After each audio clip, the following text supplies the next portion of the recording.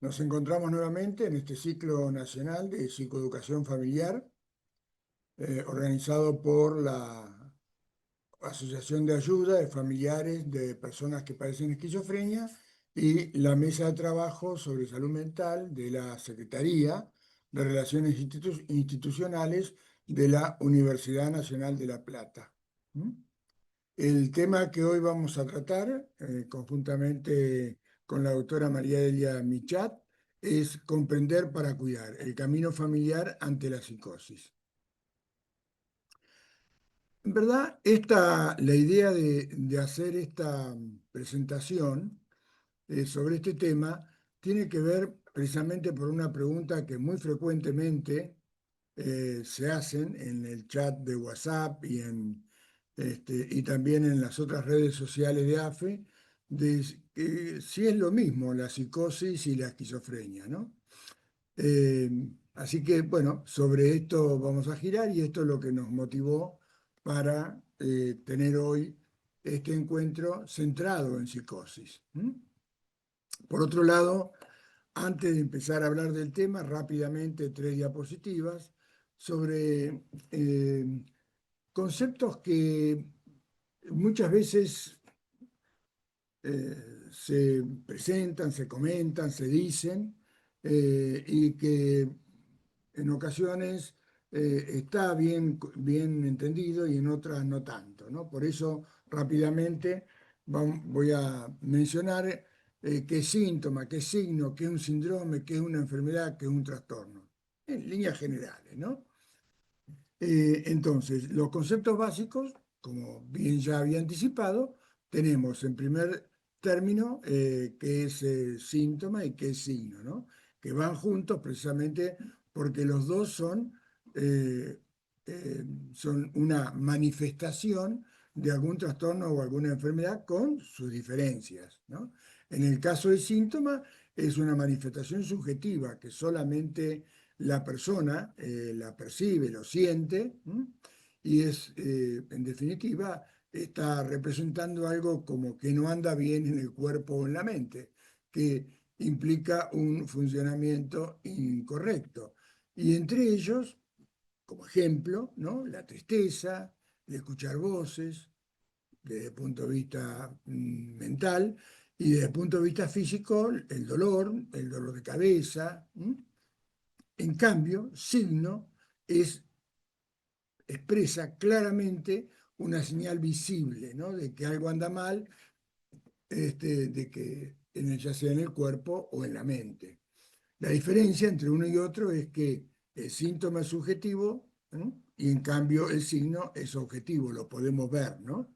Y ahí tenemos entonces dentro de los signos que se pueden ver es cuando la persona habla incoherente, cuando se aísla, cuando tiene un comportamiento desorganizado, que no se comprende cuál es su intención, y en el caso físico la fiebre, por ejemplo, ¿no? Ahora bien, el tercer concepto es el síndrome. El síndrome no es más que un conjunto de estos síntomas y signos que aparecen juntos y que siguen más o menos un mismo patrón de presentación. ¿Mm? Y el ejemplo típico es, en el caso de, de enfermedades, digamos, de lo físico, la fiebre, el dolor corporal, el malestar general y algunas otras manifestaciones que se presentan juntos cuando hay lo que se conoce como un síndrome febril, ¿no? En, en el caso de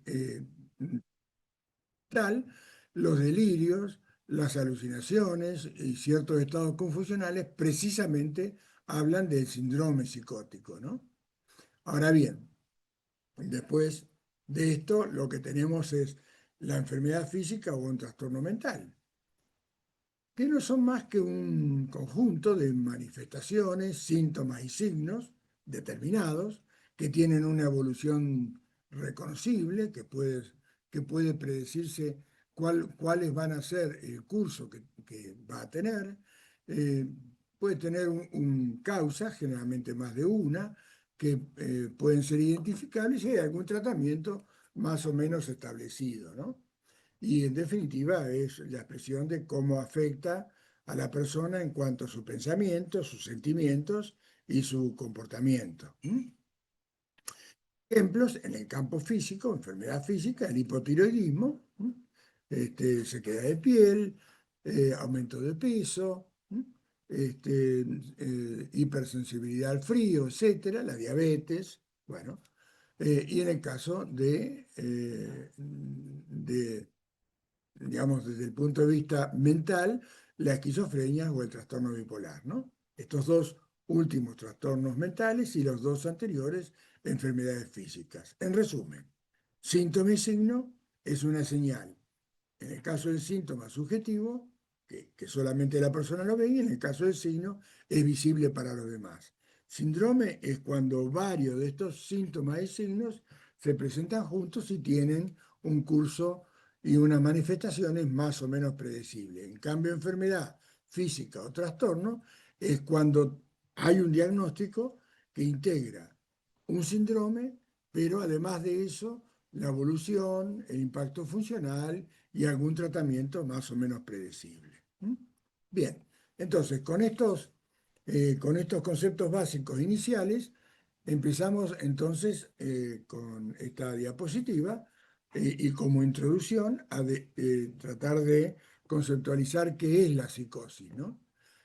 Eh, es muy importante destacar que la psicosis no es una enfermedad en sí misma, ¿no? Como ya lo había anticipado en diapositivas previas, es un conjunto de manifestaciones que afectan, que expresan la forma en que una persona percibe la realidad, desde ya distorsionada, ¿no? Más otro tipo de manifestaciones. Puede aparecer la psicosis en distintas enfermedades, tanto mentales como enfermedades médicas, enfermedades físicas, ¿no? Y desde ya, entender qué se comprende por psicosis es el paso inicial que se debe dar para acompañar sin temor a la persona que presenta una psicosis y ayudar en el mundo real con efectividad. Ahora, ¿qué significa psicosis? Ya lo anticipé, implica una pérdida de contacto con la realidad, eh, en donde hay pensamientos y percepciones, lo que la persona percibe de su mundo, y emociones que claramente están distorsionados, que no se ajustan a la realidad, ¿no? Y así es como la persona puede ver, oír o creer cosas que otros no perciben y tampoco creen, ¿no? Desde ya, no es locura, no es debilidad, en, en conjunto es la psicosis una condición de salud mental identificable en determinados diagnósticos, como vamos a ver, y que por supuesto es tratable, con distinta expectativa de probabilidad de recuperación de acuerdo a cuál sea naturalmente el diagnóstico y la severidad, ¿no? Ahora bien, vamos a empezar primero para tratar de identificar y mencionar cuáles son los trastornos mentales que pueden manifestarse como una psicosis. Bueno, desde ya, el primero, y de alguna manera el patognomónico, el que más claramente puede expresar a una psicosis es la esquizofrenia, ¿no? El trastorno bipolar en determinadas fases, no siempre, también la depresión severa, estas dos últimos trastornos mentales pueden tener una severidad importante y un perfil psicótico cuando se acompaña de manifestaciones propias con lo que tiene que ver con su estado de ánimo, aunque a veces no también. El trastorno límite de personalidad, que tiene periodos de síntomas psicóticos, lo que se conoce como psicosis posparto, que es una forma muy particular de depresión, donde después del parto la mujer percibe la realidad de una manera distorsionada, con sensaciones incorrectas y comportamientos inadecuados, pero también además de estos trastornos mentales, puede verse al consumo de drogas, particularmente al cannabis. Ya sabemos, lo hemos dicho muchas veces acá en el ciclo de psicoeducación familiar, el impacto que tiene el cannabis en el caso de personas vulnerables o personas ya con diagnósticos de esquizofrenia o otras drogas, cocaína, los alucinógenos, ¿no? Pero también causas médicas, ¿no?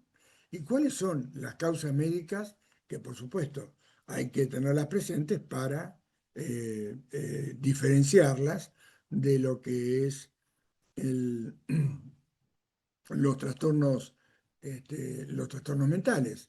Entre ellas, bueno, los cuadros de demencia, ¿no? Particularmente el Alzheimer es una de las formas más frecuentes. ¿M? También los problemas de tiroides, ¿no? El hipotiroidismo y sobre todo el hipertiroidismo tiene algunas formas de presentación con síntomas psicóticos, con psicosis, infecciones cerebrales, algunas enfermedades como lupus, esclerosis múltiples, también los accidentes cerebrovasculares o las lesiones cerebrales que pueden manifestarse con síntomas de psicosis, ¿no?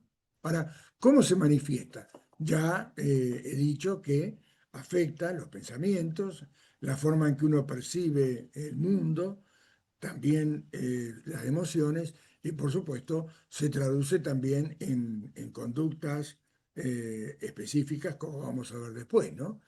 Los síntomas y los signos pueden ser muy variados, ¿no? Y naturalmente modificarse con el correr del tiempo, ¿eh? También desde ya con la especificidad de los diagnósticos en los cuales se dan estas manifestaciones de psicosis, ¿no? Y desde ya cada persona lo vive de una manera distinta y no hay dos personas, aún con el mismo diagnóstico, que tengan un episodio de psicosis específico, ¿no? Y, perdón, que tengan un mismo cuadro, una misma manifestación. ¿No? Cada uno lo hace siguiendo su propio patrón específico de manifestaciones. ¿Cuáles son las manifestaciones? Bueno, los delirios es una de las más conspicuas, de las más visibles, y en definitiva no son más que creencias, que convicciones que las personas que lo presentan lo mantienen con una firmeza absoluta y que desde ya no coinciden para nada con la realidad.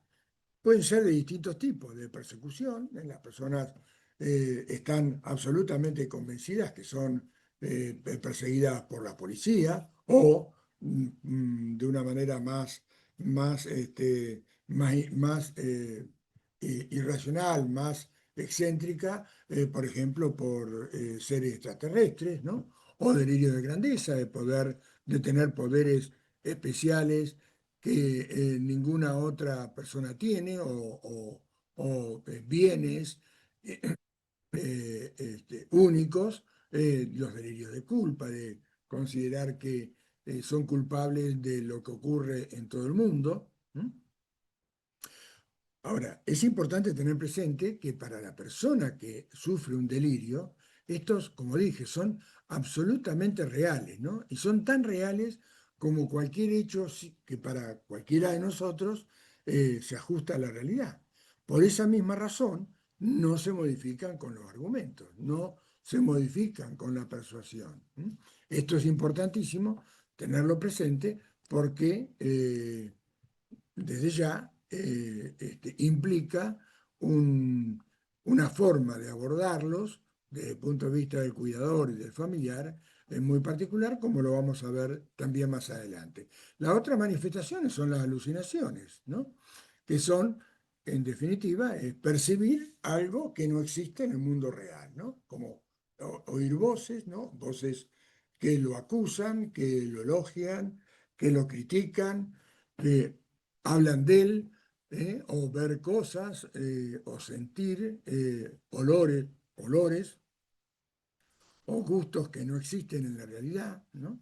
Generalmente en el caso de la esquizofrenia son más alucinaciones del tipo auditivas, visuales o de olores o gustos en la comida, ¿no? Por ejemplo, que la comida está envenenada o tiene gustos raros. En cambio, las alucinaciones visuales, ver cosas, se da más en los trastornos mentales de causas médicas, ¿no? Eh, no, hay que tener muy presente, y es claro que no se deben a una imaginación de las personas ni lo están inventando, ¿no? Y desde ya, para quien sufre, para quien presenta las alucinaciones, estas son totalmente reales, ¿no? Y desde ya no se modifican con la persuasión, ¿no? De la misma manera que ocurría con los delirios. También otra de las manifestaciones frecuentes es cuando la persona eh, tiene ya sea pensamientos que se expresan en su forma de hablar o en su conducta y que son desorganizados, ¿no? La persona así entonces es que puede hablar de una manera que los demás no lo entiendan, al no seguir una idea directriz, al no seguir una idea puntual, al poco tiempo de hablar, es que quien está escuchándolo no entiende qué es lo que pretende decir, ¿no? O también cuando cambian de tema bruscamente por similitud en los contenidos o en los mismos pensamientos que la persona tiene, pero que en definitiva el elemento central es que no tiene una idea que le guíe al pensamiento y por lo tanto, tanto su habla como su comportamiento puede parecer extraño, fuera de contexto, o sea, nada que ver con lo que está ocurriendo en ese momento, ¿no? Por supuesto, no se trata de una rebeldía ni desinterés en la persona, sino que precisamente es la desorganización que tiene en su pensamiento, ¿no? Lo que provoca esta manifestación. También, bueno, para el caso de la esquizofrenia es lo más típico, pero también algunos de estos síntomas se pueden dar en otros trastornos, ¿no? Como por ejemplo esto, ¿no? La falta de motivación, ¿m? La falta de energía, digamos, de capacidad para llevar adelante las actividades, también las dificultades para poder expresar sus emociones y entonces se lo ve a la persona como si estuviera indiferente, pero también en buena medida porque no puede expresar sus sentimientos cuando se aíslan, ¿no? Aunque esto es más un signo porque se puede ver, y los síntomas negativos, en el caso de la esquizofrenia, suelen ser de un inicio muy temprano, incluso mucho antes de los síntomas llamados positivos, los delirios, las alucinaciones, y por supuesto persisten mucho durante la evolución de la enfermedad. Pero también están los síntomas cognitivos, que aquí puse un par de ejemplos para poder entenderlos, que son las dificultades en la atención, en la concentración, la incapacidad para poder planificar a futuro, a largo plazo, y planificar pero con posibilidades de cumplir, de llevarlo a cabo, o recordar o tomar decisiones eh, en acuerdo con instrucciones particulares, ¿no? Este, y desde ya, estos síntomas cognitivos, sumados también a los negativos, impactan muchísimo en el trabajo, ¿no? Deterioran la capacidad de trabajo, en el estudio y también en la vida diaria. ¿M? Eh, en estos casos, la rehabilitación cognitiva, son estrategias terapéuticas específicas, y el apoyo familiar es lo que puede contribuir a su recuperación.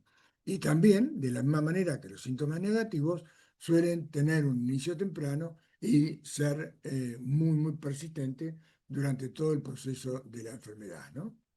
La nosognosia, que es un término medio difícil, pero que lo puse porque es muy probable que ustedes, los familiares o quienes están escuchando de la comunidad, lo vean o lo escuchen en algún momento, y en realidad es la falta de conciencia de enfermedad, ¿no? Que es que la persona realmente no puede reconocer sus síntomas, ni darse cuenta, ni comprender que todo eso que le está ocurriendo constituye una enfermedad, un trastorno, ¿no? Desde ya, no es que lo niegan voluntariamente, ni que son tercos, es una manifestación más, es un síntoma más de la psicosis, ¿no? Y bueno, no puede tampoco esto modificarse con persuasión o con ningún tipo de argumento, ¿no? Y es importante tenerlo presente porque es la principal causa de por qué las personas que tienen esta manifestación abandonan el tratamiento y esto naturalmente se traduce en recaídas, ¿no? El impacto en la vida diaria es otra de las consecuencias de la psicosis porque, como ya de alguna manera lo anticipé, puede afectar el trabajo, el estudio, las relaciones con otras personas y también, desde ya, la autoestima, en tanto la persona perciba el impacto negativo que tiene todas estas manifestaciones en su funcionamiento diario, ¿no? También, desde ya, en la familia, la preocupación y la angustia que generan al ver este tipo de manifestaciones. Lo importante es tener presente que con el tratamiento adecuado y oportuno y el apoyo, la mayoría puede lograr una mejoría y reintegrarse socialmente como corresponde, ¿no? Un punto importante aquí es cuándo buscar ayuda de una manera urgente, ¿no? Bueno, esencialmente si hay riesgo de dañarse a sí mismo o de provocar algún tipo de lesión a otros, ¿no? Sobre todo si hay alucinaciones y delirios importantes y que la persona se comporta en acuerdo con estos delirios y estas alucinaciones. Si hay mucha confusión, si están desorientados, ¿no? O si hay un abandono importante personal. En estos casos, siempre la recomendación es acudir a los servicios de emergencia de salud mental, si es posible, o de salud en general cuando no estén disponibles. El tratamiento, bueno, requiere desde ya un abordaje integral que implica los medicamentos, algún tipo de psicoterapia, el apoyo familiar, desde ya, los dispositivos comunitarios, cuando esto ya la persona logra algún nivel de recuperación, y la hospitalización cuando fuera necesario por la severidad de las manifestaciones, ¿no? En el caso de la esquizofrenia, los antipsicóticos, uno de los medicamentos, son la base de tratamiento. También se utilizan en otros trastornos, como el trastorno bipolar, o incluso para mejorar la efectividad de algunos antidepresivos en las depresiones severas. Los antipsicóticos tienen una consecuencia que es reducir las manifestaciones, los síntomas, los signos, estabilizan el estado de ánimo, en el caso del trastorno bipolar y la depresión, pueden mejorar el sueño si tienen un efecto sedativo. Y claro, la selección de cuál es el antipsicótico y cómo se ajusta la dosis es muy individual, ¿no? No hay una pauta única, aunque hay algunos esquemas de tratamiento que pueden seguirse como guía, ¿no? Y desde ya el control por parte del psiquiatra es fundamental. Otros tratamientos farmacológicos, sí. En algunos casos, agregar, por ejemplo, en el trastorno bipolar, los estabilizadores del estado de ánimo son los más importantes, entre ellos el litio y el divalproato son los de este grupo. Los antidepresivos, en el caso naturalmente de la depresión o del trastorno, algunos trastornos de ansiedad, medicamentos que también pueden utilizarse para los cuadros de ansiedad severa o para mitigar el insomnio, y desde ya en todos los tratamientos farmacológicos la adherencia, es decir, cumplir activamente con conocimiento por parte del paciente y la familia son críticos, y desde ya el control médico, que debe ser periódico, es por supuesto crítico para asegurar una buena evolución. También la psicoterapia, que particularmente la cognitivo-comportamental, cuyo propósito es manejar la ansiedad, manejar el estrés, desarrollar estrategias para el afrontamiento de los síntomas y del impacto que estos tienen en su funcionamiento, también para mejorar la autoestima, mejorar la comunicación. Tenemos los dispositivos de rehabilitación que están en la comunidad, como los centros de día, los talleres, los grupos de reinserción laboral, como Casa Club. Estos lo que hacen es promueven la autonomía por parte del paciente, ¿no? Este, la independencia en cuanto a sus iniciativas y cómo las llevan a cabo, los vínculos y los hábitos saludables, contribuyen a reconstruir la vida cotidiana, que muchas veces está afectada en la psicosis. La hospitalización psiquiátrica, que yo hoy ya mencioné, puede ser necesaria cuando hay crisis muy severas, porque, bueno, garantiza la seguridad de la persona y permite un tratamiento intensivo que en forma ambulatoria no sería posible, ¿no? Desde ya, no hay que considerarlo como un castigo, sino que en definitiva es una oportunidad en todas estas condiciones previas para iniciar la recuperación, el tratamiento más apropiado y aspirar al inicio de la estabilización del cuadro, ¿no? ¿Cuál es el rol de la familia? La familia claramente es un pilar fundamental, ¿no? En el apoyo y en el cuidado de las personas con psicosis. Requieren un abordaje apropiado por parte de ellos para precisamente favorecer la adherencia, el cumplimiento total del tratamiento y también, desde ya, para prevenir las recaídas y consolidar la mejoría, ¿no? Pero también hay que tener presente el autocuidado del propio familiar como una cuestión esencial. ¿Y la familia cómo puede ayudar al ser querido con psicosis? Bueno, preguntarle cómo cree que se lo puede ayudar, sin discutir nunca, mucho menos enojarse, tampoco juzgarlo, explícitamente, mostrar un interés genuino, mantener la calma, evitar confrontar directamente con la persona, ¿no?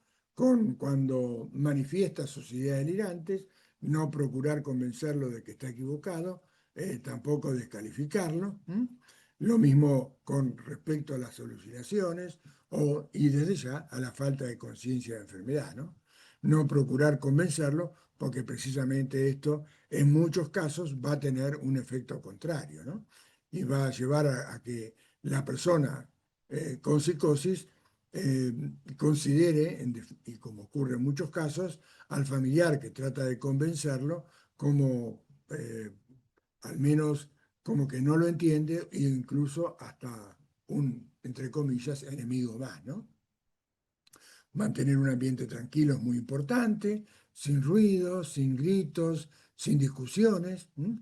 Brindarle la seguridad a la persona, pero sin invadirlo, es decir, sin permitirle que pueda tener eh, actividades internas. Eh, Tener un entorno calmo, comprensivo, porque esto va a reducir la ansiedad y el estrés, y la psicoeducación familiar, ¿no? Que es esencial en distintas cuestiones, ¿no? Como brindar información precisa, completa sobre la enfermedad, enseñar la psicoeducación a reconocer los signos de recaída, a manejar el estrés, fortalece la comunicación, la empatía. Los grupos de ayuda mutua, como AFE y todos los otros del país, que son espacios donde los familiares, como pares, comparten sus experiencias, lo que les fue bien, lo que les fue mal, información, lo que saben, las distintas estrategias de afrontamiento. Son importantes porque disminuyen la culpa de los familiares que ingresan por primera vez, eh, perciben de esta manera bueno, que están acompañados, que no son los únicos. Desde ya también la participación en los grupos de ayuda mutua promueven las redes de apoyo, la esperanza, y esto se ve básicamente y en forma muy frecuente en los grupos de ayuda mutua, y naturalmente es una oportunidad capacitarse en todo lo que los familiares necesitan para poder brindar un apoyo adecuado. Bueno, con esto yo termino mi presentación. Ahora vamos a escuchar a la doctora María Delia Michat. Gracias, Pedro. Bueno, ahí voy a compartir. eh, ahí. Interesante tema, ¿no? Ya empezar a traernos, a comprometernos a hablar de nombres, ¿no? Y bueno, la definición de psicosis es algo que inclusive tiene para diversos autores diversos sentidos, digamos, en sí mismos, con lo cual lo hace aún más complejo. Ahí estamos. Por lo pronto, ¿cómo acompañar? Es nuestro tema, sea la psicosis que sea, ¿sí? Pero sobre todo en aquellas donde la problemática es larga, ¿sí? Es a largo plazo, no es transitoria, en aquella con la que se sabe durante un tiempo largo o quizá toda la vida, sí hay que acompañarla. Entonces vamos a tratar de enmarcar este problema, ¿no? Cuando hablamos de este tipo de psicosis, ¿sí? Sabemos que las psicosis graves atraviesan todo tipo de ejes, ¿sí? Por ejemplo, el eje corporal, ¿sí? No podemos soslayar todo lo que le pasa a una persona con esquizofrenia, por ejemplo, ¿sí? Que tiene aumentado el riesgo de síndrome metabólico, y que tiene mayor grado de sedentarismo que el resto, ¿sí? de las personas que tienen también otros trastornos mentales, ¿sí? Afecta a los vínculos, afecta al proyecto de vida. O sea, cuando hablamos de cualquier psicosis, no, cuando hablamos especialmente de la esquizofrenia, un tipo de psicosis, estamos hablando, ¿sí? De un problema severo, ¿sí? Que va a haber que saber acompañar. Y si bien todos sabemos ahora, por suerte, después de mucho tiempo de trabajo, que nadie tiene específicamente la culpa, ¿sí? De que surja la esquizofrenia, ¿sí? Un tipo de psicosis en la vida de alguien, ¿sí? Sabemos que tenemos que aprender a acompañar. Y esto, la psicosis, ¿sí? No es solamente un diagnóstico, es una experiencia humana, es una experiencia entonces que reclama cuidado en todas estas dimensiones que estamos diciendo, ¿sí?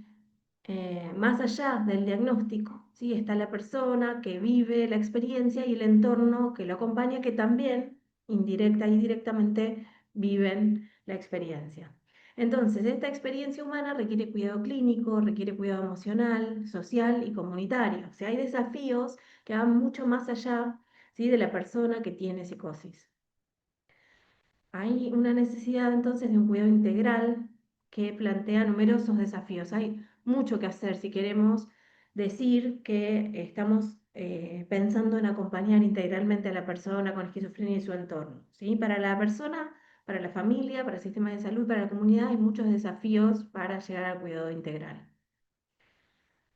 Para la persona, incluso también para su entorno, pero hay desafíos clínicos y personales porque durante un tiempo largo hay que afrontar la incertidumbre del diagnóstico, porque una persona puede tener un primer episodio psicótico, o sea, puede aparecer la psicosis en formato de delirios, de alucinaciones, en formato de pensamiento desorganizado o de conducta desorganizada, ¿sí? Con una pérdida del contacto con la realidad, y a partir de ese primer episodio de psicosis, ¿sí? Empiezan toda una serie de investigaciones que se le suceden para poder entender un poco dónde enmarcar diagnósticamente a esta psicosis, ¿sí? Entonces hay que descartar causas orgánicas, hay que descartar causas tóxicas, hay que descartar otros trastornos psiquiátricos de los que puede manifestarse la psicosis y después quizá, ¿sí? Quedarnos con el diagnóstico de esquizofrenia. O sea que para llegar al diagnóstico de esquizofrenia necesitamos un atravesamiento de un buen algoritmo diagnóstico y tiempo. Por lo tanto, hay un tiempo grande donde hay que afrontar la incertidumbre. Y después entender que en el caso de la esquizofrenia, sí va a haber que vivir, y también de otras psicosis, ¿sí? Que convivir con síntomas fluctuantes, ¿sí? Con momentos más y menos llenos de síntomas. Eh, Algunos pueden estar presentes desde que arrancan durante toda la enfermedad, algunos solamente en algunos momentos, algunos en algunos momentos más, en forma más tenue y después en forma agravada. O sea, la fluctuación sintomatológica es algo con lo que hay que convivir. Y después también, ¿sí? Hay que reconstruir la identidad más allá de la enfermedad. O sea, hay que volverse a acordar, ¿sí? Quién es uno más allá de la enfermedad, ¿sí? Y el entorno familiar, acordarse quién es la persona más allá de la enfermedad. Y muchas veces hay que trabajar mucho en esa reconstrucción, porque se marcan a partir de la aparición de la enfermedad muchas diferencias con el pasado. Entonces, a partir de ahí, tenemos que saber que es un gran desafío clínico y personal la aparición de una psicosis.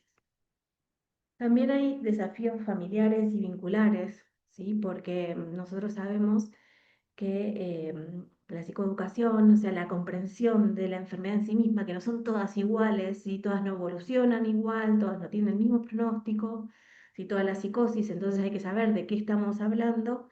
eh, Implica desafíos de comprensión, ¿sí? Hay que entender de qué se trata, cuáles son los signos, los síntomas, cuál es la duración, qué hacer en cada uno de los momentos, ¿sí? Cómo lidiar con la sintomatología de la enfermedad y además de cómo afrontar estas situaciones, saber que la sobreprotección, por ejemplo, o la sobreimplicación emocional pueden generar un daño en la persona, ¿sí? Pueden agravar la enfermedad, que la hostilidad o el criticismo, o sea, el aumento de la crítica, ¿sí? Queriéndole quizás hacer un bien, ¿no? Marcarle mucho, los síntomas puede también generar un daño. Entonces, hay desafíos familiares importantes, vinculares, comunicacionales, realmente importantes, ¿sí? Y cómo sostener también el cuidador sin perder la vida propia. Eso también es otro desafío enorme cuando aparece en la vida de las personas la psicosis, que después puede convertirse en un trastorno bipolar, en una esquizofrenia, un trastorno esquizoafectivo, ¿sí? En trastornos psicóticos graves o severos, ¿sí? A partir de eso, sostener la propia vida es difícil, ¿sí? De los familiares, incluso de la persona. Y después también entender que la enfermedad muchas veces puede dar miedo, pero hay que afrontar, ¿sí? Esta culpa, este miedo o este agotamiento, ¿sí? Y tener estrategias para hacerlo, ¿sí? La estrategia no puede ser solo aguantar, ¿sí? Hay que desarrollar otras estrategias para lidiar con el estrés y la sobrecarga que van a implicar los cuidados en este caso. También van a aparecer desafíos sociales y comunitarios, ¿sí? Y esto implica a la misma persona que padece el trastorno, a su entorno más cercano de familia y amigos, pero también al resto de la comunidad, del vecindario, ¿sí? Estamos hablando de la ciudad, los países, el mundo mismo, tratando de entender que, bueno, cualquiera nos puede pasar, ¿sí? Y que la lucha contra el estigma nos pertenece a todos, no solamente a las personas, ¿sí? Que les toca convivir con una situación como esa, porque el estigma sobre la enfermedad mental, digamos, es bastante frecuente y es muy dañino, pero también hay estigma con relación a un montón de otras cosas. O sea, siempre puede que por HBCZ sí tengamos que luchar contra el estigma. Y después también los desafíos sociales y comunitarios implicarían que las sociedades empiecen a pensar en generar oportunidades de estudio, trabajo y participación para las personas que requieren oportunidades diferenciadas, ¿sí? Requieren que se generen espacios adecuados, ad hoc, para poder alojar a esta experiencia de vida, ¿sí? Que es diferente y que requiere apoyos específicos. Y también que la sociedad misma y las comunidades se puedan constituir y recibir, ¿sí? A estas personas y a los grupos allegados con redes sociales de apoyo reales y existentes, como lo es AFE, que es una red social de apoyo real y existente y que funciona.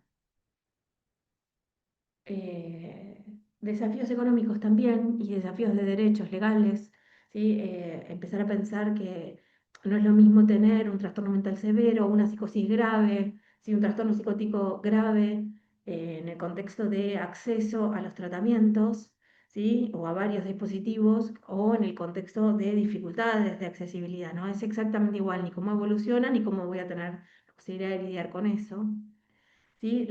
Tenemos que luchar por la continuidad de cuidados, ¿sí? De poder garantizar que haya cuidados a largo plazo, que sabemos que esto dura mucho y que tenemos que tener seguridad de que vamos a poder sostener a largo plazo un tratamiento, ¿sí?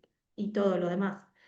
Y también reconocer, ¿sí?, que las personas con alguna psicosis grave, ¿sí?, van a tener una dificultad que es llamada discapacidad para poder hacer las cosas de la misma manera que otros hacen, ¿sí? Y eso requiere apoyos, ¿sí?, suplementarios. Ya muchos de ellos ya están definidos, se sabe cómo apoyarlo, entonces tenemos que también promover los reclamos de estos derechos. Y también podemos pensar a la psicosis desde los momentos, ¿sí? Por ejemplo, desde el primer brote aparece mucha confusión, los desafíos que aparecen desde el primer brote, aparece confusión, miedo, ¿sí? Pérdida del propósito de vida, del proyecto de vida se ve afectado de la persona con el trastorno mental severo, pero también del entorno familiar. Y la familia entonces empieza a vivir una crisis y esta crisis no tiene manuales, no sabe cómo hacer para afrontar esto. Sí, ahora sí tenemos algunos manuales, pero es difícil, ¿sí?, que uno sepa qué hacer desde el principio. Y además empiezan a juzgarse las situaciones desde la culpa, ¿sí?, o de la responsabilidad que la persona tiene por padecer la enfermedad, desde el carácter que tiene la persona, etcétera, y aparece ahí tener que lidiar en un principio fundamentalmente con el estigma. Una vez que aparece el diagnóstico, que no a todo el mundo le aparece el diagnóstico, a muchos les aparece la palabra psicosis, ¿sí? Y nos avanza un poco más. Hay diagnósticos más y menos precisos, ¿sí? Hay mayores niveles de precisión diagnóstica que podrían ayudarnos, ¿sí?, a tener terapéuticas más adecuadas. Entonces, que una persona haya tenido delirios, alucinaciones en el contexto del consumo de sustancias, ¿sí? Es una cosa, que haya aparecido sí en el contexto ese, que haya aparecido con antecedentes familiares o no. Entonces hay un estudio real que hacer, ¿sí?, para conocer el diagnóstico y además el equipo tratante tiene que empezar a trabajar el momento adecuado para compartir este diagnóstico con la persona que padece este trastorno mental severo y la familia. ¿Sí? De todas maneras, se diga o no se diga poco o no, ¿sí?, esta palabra impacta en la vida de cada uno de nosotros, generando muchas veces negación, muchas veces miedo, muchas veces las dos cosas. Y aparecería, si tenemos la suerte, la posibilidad de comenzar un duelo, ¿sí?, especialmente el duelo de lo que uno se imaginó que iba a suceder con nuestra propia vida o con la vida de nuestro familiar.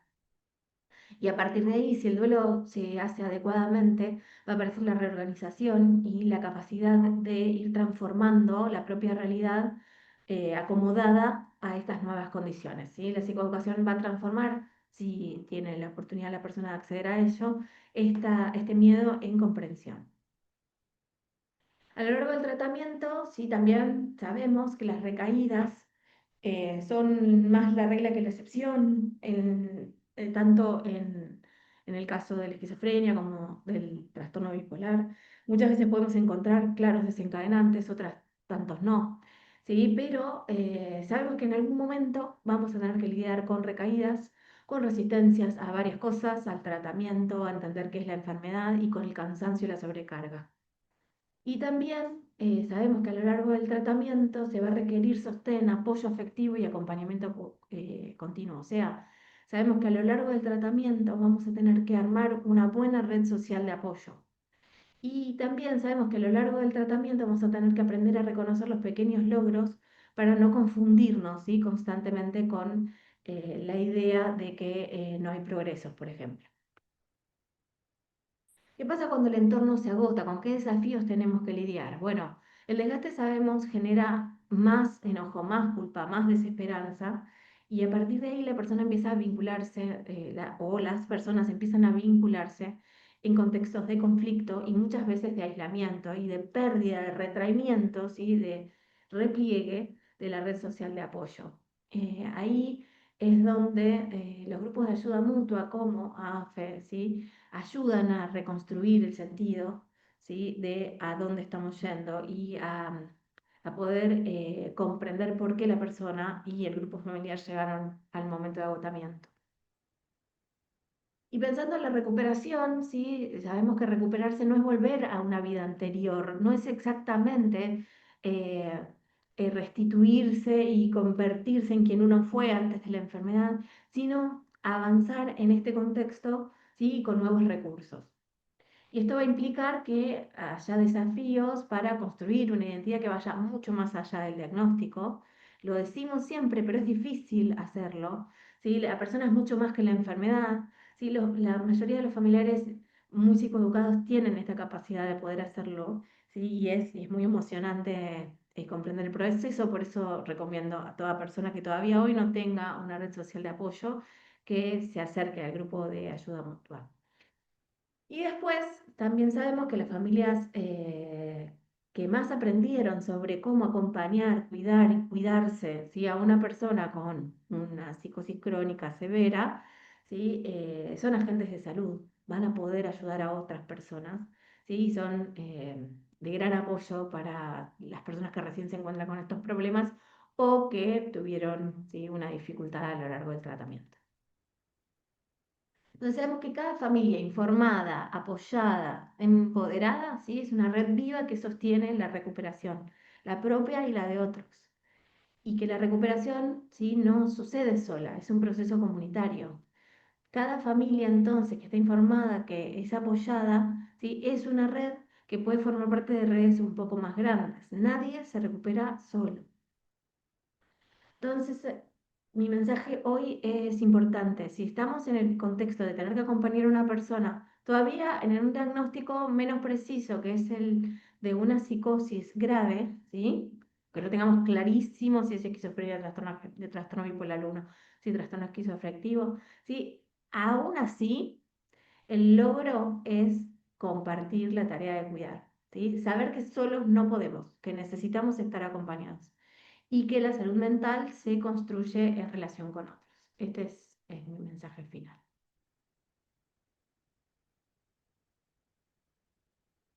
Pedro, no lo escuchamos bien porque tiene el micrófono. Ahí está. Sí, sí, bueno, muchísimas gracias, María Delia. La verdad que muy claro y completo, complementando y reforzando algunos de los conceptos dados previamente. Eh, bueno, hay una serie de preguntas en el chat y tenemos algunas personas desde el exterior de Venezuela. Bueno, bienvenidos a este encuentro. Una de las preguntas que hicieron es sobre el trastorno esquizoafectivo, ¿no? Decía, ¿dónde se ubicaría? ¿Más cerca de los síntomas negativos? No, en realidad el trastorno esquizoafectivo es, o sea, sin entrar en muchos detalles técnicos, pero básicamente es cuando se dan simultáneamente síntomas propios de la esquizofrenia y síntomas de los trastornos del estado de ánimo. Por ejemplo, acompañarse de más bien de euforia, de alegría, de exceso de energía, de muchos planes, de estar hiperactivo, o lo opuesto, de síntomas depresivos, ¿no? Cuando se dan simultáneamente de una determinada manera, con una determinada intensidad y con una determinada duración, ahí se dice que que estamos en presencia de un trastorno esquizoafectivo, ¿no? Fíjense, combina esta palabra esos dos conceptos, ¿no? Esquizofrenia y afectivo de los trastornos afectivos o trastornos del humor, depresión y trastorno bipolar. Supongo que con esto está resuelto. El otro punto es la nosognosia, ¿no? Si tiene una base neurológica. En realidad, eh, todas, absolutamente todas los síntomas y signos que se expresan a nivel subjetivo u objetivo, pero que tienen que ver con alguna base que suponemos, entre comillas, mental, naturalmente tiene que ser y es la expresión de alguna, es la consecuencia de algún cambio que se da en las neuronas de determinados circuitos cerebrales y en determinadas áreas cerebrales.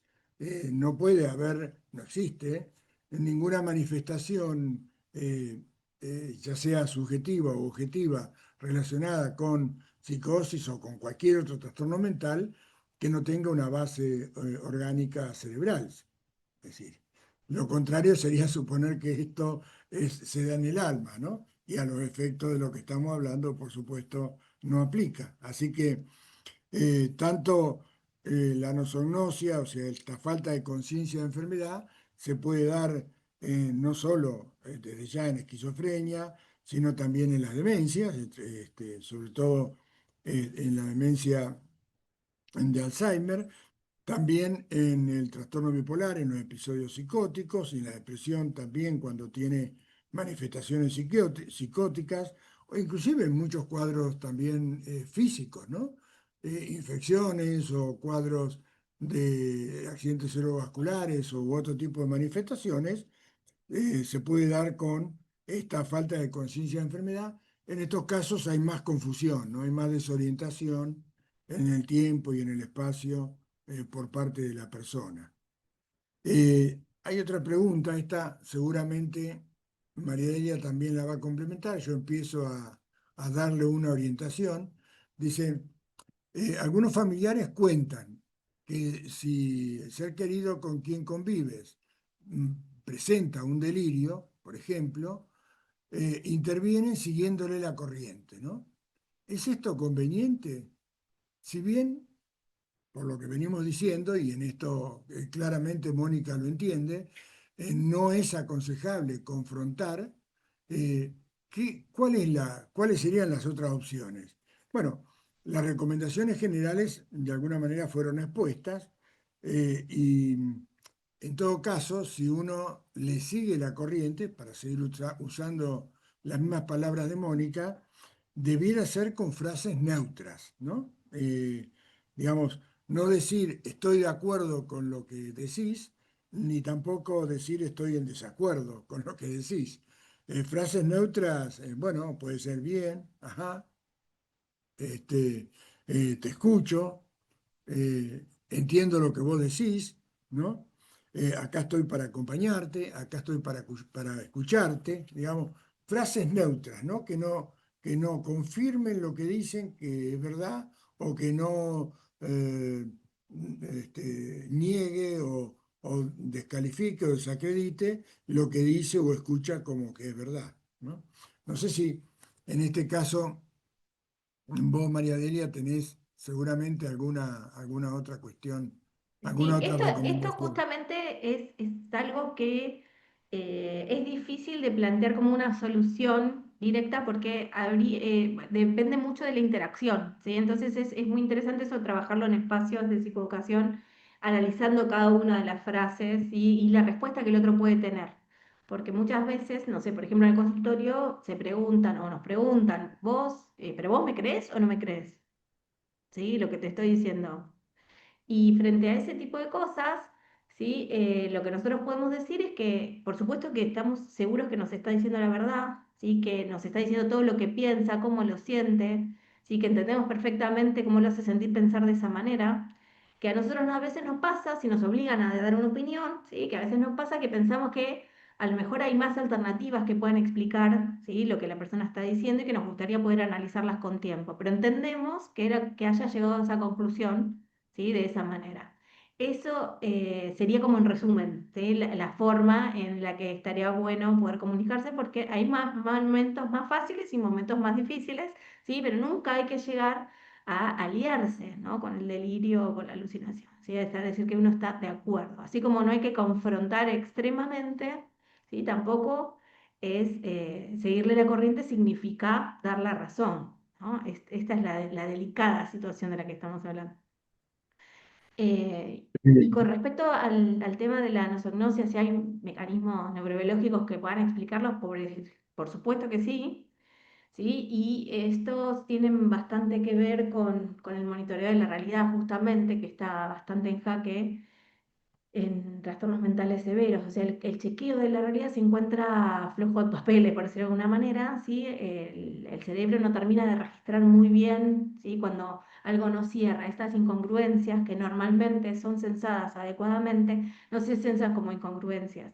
¿Sí? Entonces, entre la expectativa y la realidad, normalmente tendría que saltar un error y este problema no sucede, ¿sí? No salta la alarma interna que dice que ahí hay un error, ¿sí? Y también está la dificultad para lo que nosotros llamamos autocrítica mental, ¿sí? O podríamos decir que se llama metacognición, ¿no? Que es la capacidad de mirarse a sí mismo como uno piensa, las interpretaciones de cómo uno piensa que también están bajas, ¿sí? Y después también es cierto que es difícil que la persona pueda entender eh, de dónde provienen las señales del cuerpo, entonces muchas veces piensa que provienen de la realidad exterior, ¿sí? Entonces hay algunas déficits en la integración de esas informaciones. Sí, tiene muchísimo que ver con la estructura del cerebro.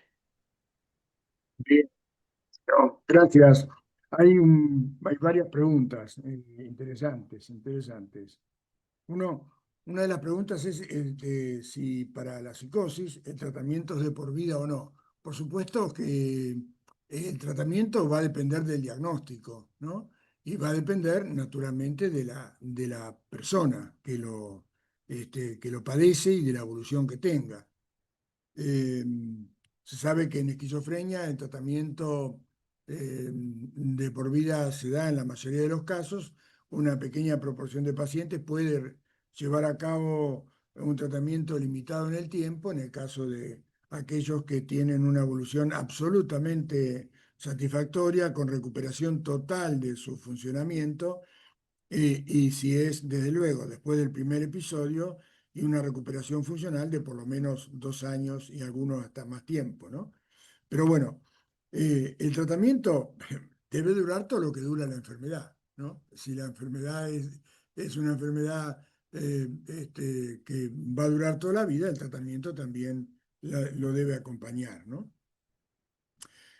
Otra pregunta era el tratamiento para el trastorno esquizoafectivo, ¿no? Si además de los antipsicóticos, que obviamente sí o sí hay que darlos, ¿qué otra medicación se agrega? Generalmente, y las guías de tratamiento lo que indican, depende también del perfil de los pacientes y de la severidad de los síntomas. Se agregan estabilizantes del estado de ánimo, ¿no? Como había mencionado, eh, el que más frecuentemente se utiliza acá es el divalproato, y también, si la sintomatología depresiva es muy severa, se puede agregar antidepresivos en algunos casos, ¿no? No sé si sobre esto quería hacer algún comentario, María Delia, o sigo con un par de preguntas más. Acá hay una de mentira patológica, ¿no? No, siga, siga, Que, porque hasta ahora no hay nada que ¿sí? agregar. Bien. Dice, consulto por la mentira patológica que se presenta en pacientes con esquizofrenia. En realidad, eh, a ver, qué es mentira, ¿no? Eh, este, el paciente hace una afirmación que no concuerda con la realidad, eh, y bueno, y es muy evidente porque la realidad muestra otra cuestión. En realidad no estaríamos en presencia de una mentira, aunque después se desdiga, sino más bien de un delirio, ¿no? Que también puede ser incluso que en algún momento algunos pacientes, cuando tienen, digamos, la conciencia de enfermedad y de situación no es tan severa, pueden darse cuenta de que persistir en esa afirmación puede conducir, por ejemplo, a una internación, ¿no? O a permanecer internados. Entonces, ahí es donde en ocasiones puede ocurrir esto de desdecirse de lo que habían afirmado previamente, pero no es, obviamente, es una mentira patológica, ¿no? De la misma manera que las alucinaciones visuales, ¿no? Esto de ver personas en la habitación en pacientes, si es parte de la enfermedad o no. Yo había mencionado que en la esquizofrenia es mucho más frecuente las alucinaciones auditivas, también las alucinaciones de los olores o el gusto extraños, que pueden llevar a las personas a suponer que la comida está envenenada o que, en fin, que han puesto algún olor que significa algún tipo de amenaza. También sensaciones en el cuerpo. No es tan frecuente las alucinaciones visuales, pero se pueden dar también. las alucinaciones visuales son más frecuentes en los trastornos eh, orgánicas, ¿no? María Delia, ¿tenés algo más para agregar o sobre Sí, esto? Sí, bueno, dale. sobre todo como la definición de mentira, que sería como este acto consciente, este acto deliberado de alterar la realidad, de distorsionarla. O sea, hay intencionalidad en la mentira y no la hay en el delirio, ¿no? Es completamente diferente, no hay intención de distorsionar la realidad. Y muchas veces, ¿sí? Se piensa que las personas, por ejemplo, con esquizofrenia, ¿sí? O están delirando siempre o están mintiendo siempre. Y no, y pueden estar delirando y mintiendo algunas veces, como cualquier persona, si tiene alguna necesidad. ¿Sí? Muchas veces la mentira aparece seguido cuando hay una sobreexigencia, por ejemplo. ¿Sí? Cuando en el entorno familiar se le pide mucho a la persona que haga tal o cual cosa y la persona o está por fuera de sus capacidades, entonces se empieza a decir que hizo tales cosas cuando no las hizo, que fue a tal lugar. ¿Sí? Entonces hay que fijarse si detectamos que es mentira y no es delirio, ¿sí? ¿Qué está pasando en el funcionamiento familiar? ¿Sí? Puede que haya una sobreexigencia. Acá preguntan si la disforia de género puede ser catalogada como psicosis. En realidad no está identificada ni es identificable con psicosis. Esta percepción diferente que tiene con respecto al sexo biológico eh, no encuadra dentro del concepto de psicosis, ¿no? Eh, Otra pregunta dice... Acá, en la esquizofrenia, ¿se reúnen todos o varios trastornos mentales, como bipolar, depresión? No, no, no. Y otras. No. La esquizofrenia es un trastorno mental específico que tiene manifestaciones perfectamente definidas como para poder hacer un diagnóstico. Tiene un impacto funcional en su desempeño determinado. Tiene que tener una determinada evolución, por ejemplo, más de 6 meses, ¿no? Y tiene que tener los síntomas muy activos durante un periodo de 2 meses o más. En fin, no tiene que estar causado por ningún elemento que pueda estar relacionado con consumo de drogas o alguna enfermedad física, ¿no? Eso es esquizofrenia, de la misma manera que eh, salvo los síntomas, que pueden ser diferentes, aunque pueden compartir los síntomas de psicosis, lo mismo ocurre con el trastorno bipolar o la depresión mayor, ¿no? Así que no es, son cuadros bien diferentes, ¿no? Acá dice, un brote psicótico deja secuelas irreversibles, mueren neuronas como las convulsiones o la epilepsia, un delirio o una alucinación aislada se considera como brote?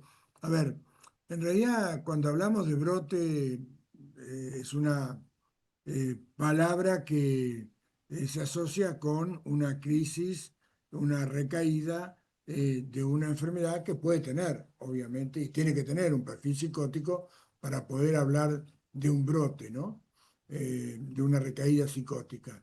Naturalmente que se sabe muy bien, en el caso particularmente de la esquizofrenia es donde más evidencia hay, que cada recaída, cada nuevo brote implica un potencial descenso en su funcionamiento respecto del que tenía antes del episodio. Por esa razón, es absolutamente esencial evitar las recaídas, como lo es en otras enfermedades físicas, ¿no? El ejemplo que se suele dar es lo que ocurre con el infarto agudo de miocardio. En el infarto de miocardio, ¿qué es lo prioritario para el médico, para la familia, para el paciente? No tener uno nuevo porque se puede morir. Bueno, quizás no con una severidad tan extrema o con una consecuencia tan extrema como la muerte, pero sí, en el caso de la esquizofrenia, prevenir nuevos brotes es evitar un agravamiento de la enfermedad con todo lo que implica cada nuevo brote, ¿no? Sí. Eh, Acá hablaba de ivaproato de magnesio y de sodio. Son similares, tienen algunas diferencias en su utilización y en las dosis, pero son similares, sí. Eh, voy viendo otras preguntas. María Delle, si quería agregar algo. Dice No, acá, hay una de las pesadillas que me parece interesante ah, ah, clínicamente también de diferenciar, ¿no? sí, dale. Por supuesto que la pesadilla tiene que darse con la persona durmiendo, dormida, ¿sí? Para que exista una pesadilla, la persona tiene que estar dormida. Si la persona está despierta, puede que sea una alucinación, entre otras cosas, ¿sí? Pero si en sus sueños vio una persona en la esquina en una habitación, bueno, fue en sus sueños y eso lo asustó, fue una pesadilla. Existen muchos, hay impacto del estrés postraumático o de traumas, ¿sí? De la propia psicosis en las personas con esquizofrenia. Esto es interesante, ¿no? Porque el evento psicótico a veces funciona como un trauma y lo tenemos que tratar de entender y a veces eso se asocia a pesadillas. Es complejo, pero es importante. Si las personas tienen pesadillas, tienen que contarlo así en el espacio de consulta psiquiátrica. Mm. Bien, bien. Bueno, acá hay una pregunta con respecto a la causa genética, ¿no? En la esquizofrenia. Eh, Si bien hoy por hoy no está establecido con certeza absoluta cuál es el mecanismo, cuál es, en fin, todas las áreas y funciones cerebrales que están afectadas en la esquizofrenia y pueden explicar sus manifestaciones y su evolución, hay certeza respecto de que los factores genéticos están fuertemente involucrados y que interaccionan con los factores del medio ambiente y con anomalías de algunas estructuras cerebrales, con el consumo de drogas, particularmente cannabis, y desde ya todas las experiencias estresantes que pueda tener la persona, ¿no? Todo esto en conjunto es lo que puede explicar la aparición de la esquizofrenia.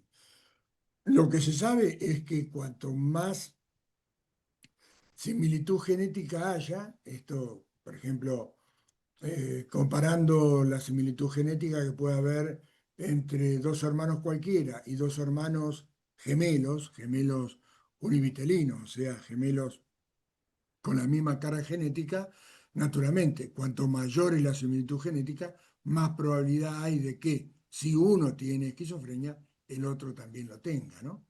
Estos son datos absolutamente verificados de hace muchísimos años, ¿no?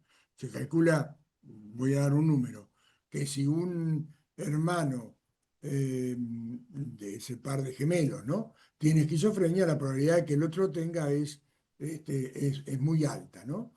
Eh, con respecto al 48%, 50%. Ahora, si un hermano común tiene esquizofrenia, la probabilidad de que el otro lo tenga está alrededor de un 10%, un poco más, un poco menos.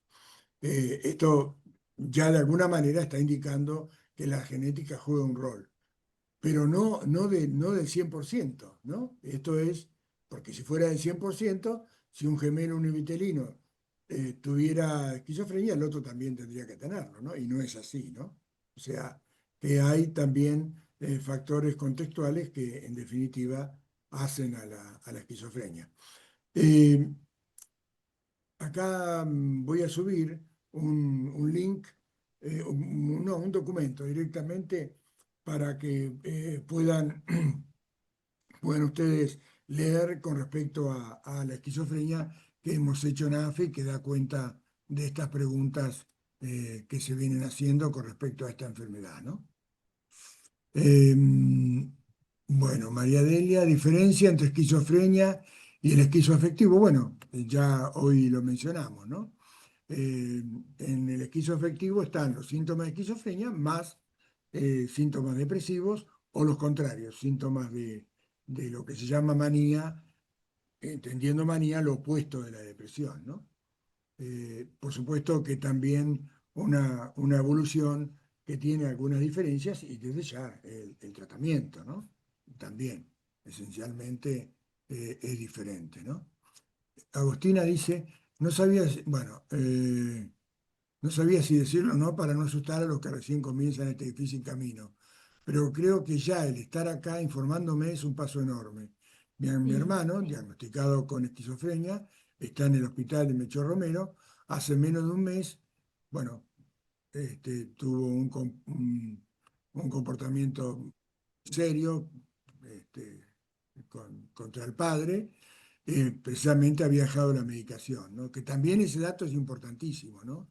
Tener siempre presente que las conductas violentas o de peligro, por decirlo así, de las personas con trastornos mentales severos, esquizofrenia, trastorno bipolar, depresión, bueno, la depresión, la psicosis postparto, pueden tener consecuencias muy serias, pero esto ocurre solamente en los periodos sin tratamiento, ¿no? En los periodos con tratamiento, la probabilidad de que las personas con estos trastornos mentales puedan tener un comportamiento verdaderamente de riesgo muy importante para los demás es muy bajo, ¿no?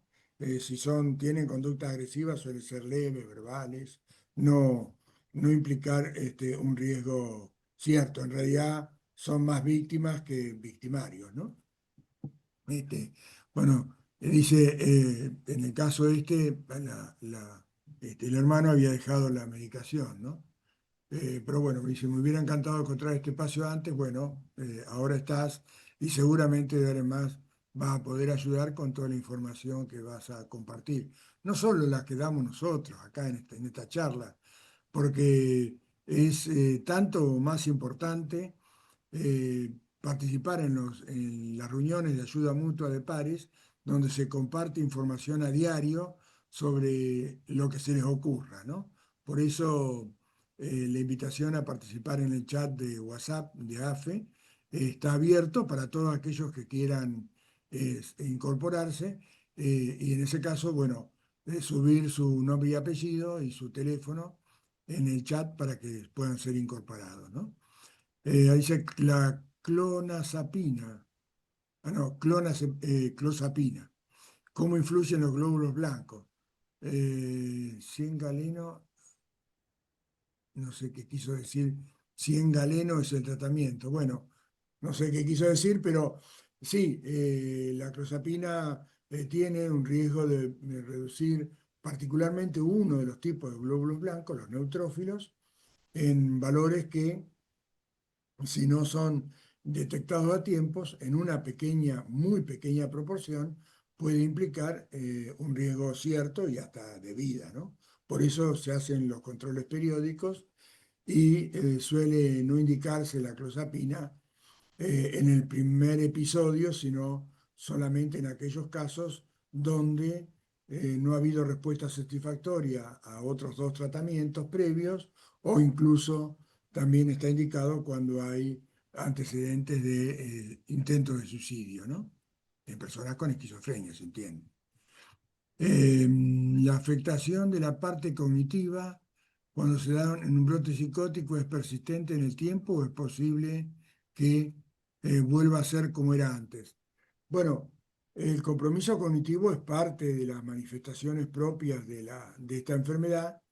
En ocasiones, algunos medicamentos, sobre todo los más antiguos, podían generar síntomas cognitivos, que en este caso serían secundarios al tratamiento, no primarios de la enfermedad, y suelen sí tener una persistencia importante durante toda la vida, pero naturalmente son mucho más severos durante las recaídas, eh, se agravan con cada recaída y tienen posibilidades de ser controlados y modificados a través de tratamientos psicoterapéuticos. Ciertos tipos de terapia cognitivo-comportamental pueden ayudar muchísimo y también pareciera ser que algunos de los medicamentos más nuevos podrían tener algún efecto, pero eso no está totalmente confirmado, ¿no? Eh, María Delia, si querías agregar algo, buscando alguna otra Sí, pregunta. varias Dale, cosas. Una es dale. el tema de los síntomas cognitivos en la esquizofrenia. Va a haber una charla de eso, bueno, después se los va a invitar así, a que puedan participar, pero es En dos importante semanas. saber que aparecen los síntomas cognitivos eh, muy temprano en la esquizofrenia, ¿sí? Mucho antes que el brote psicótico. Y a pesar de que sea contraintuitivo, suelen mantenerse muy parecidos a lo largo de toda la enfermedad, con un declive al final, ¿no? Pero es importante saber que son síntomas que son considerados core o de alta importancia en la esquizofrenia. Estos son los temas más importantes de la esquizofrenia. Y no se han visto tanto que haya tantas alteraciones cognitivas durante el brote, ¿sí? O que las consecuencias sean por el brote, sino que ya están de antes. Eso por un lado. Otra persona preguntaba eh, si aún tomando medicación, eso quedó ahí medio atrás, si aún tomando medicación puede haber recaída. O sea, sí, claro que sí, puede haber recaída aún tomando medicación. No es lo más común y corriente, pero la evolución de la enfermedad naturalmente es así, ¿sí? Se tiene que lidiar con periodos de recaídas, ¿sí? Aún haciendo tratamiento, y hay que hacer algunos ajustes en esos momentos. Por eso es muy importante conocer lo que se llaman síntomas prodrómicos de las recaídas, de ir conociendo cuál es la firma de recaída de cada uno de ellos, o sea, cuáles son aquellas cosas que empezamos a darnos cuenta que en algún momento van a terminar en un agravamiento de los síntomas. Por ejemplo, alteraciones, hay muchos y pueden ir a la página de AFE y ver, ahí hay un listadito de todos los síntomas prodrómicos de las recaídas y fijarse cuáles pertenecen a su familiar.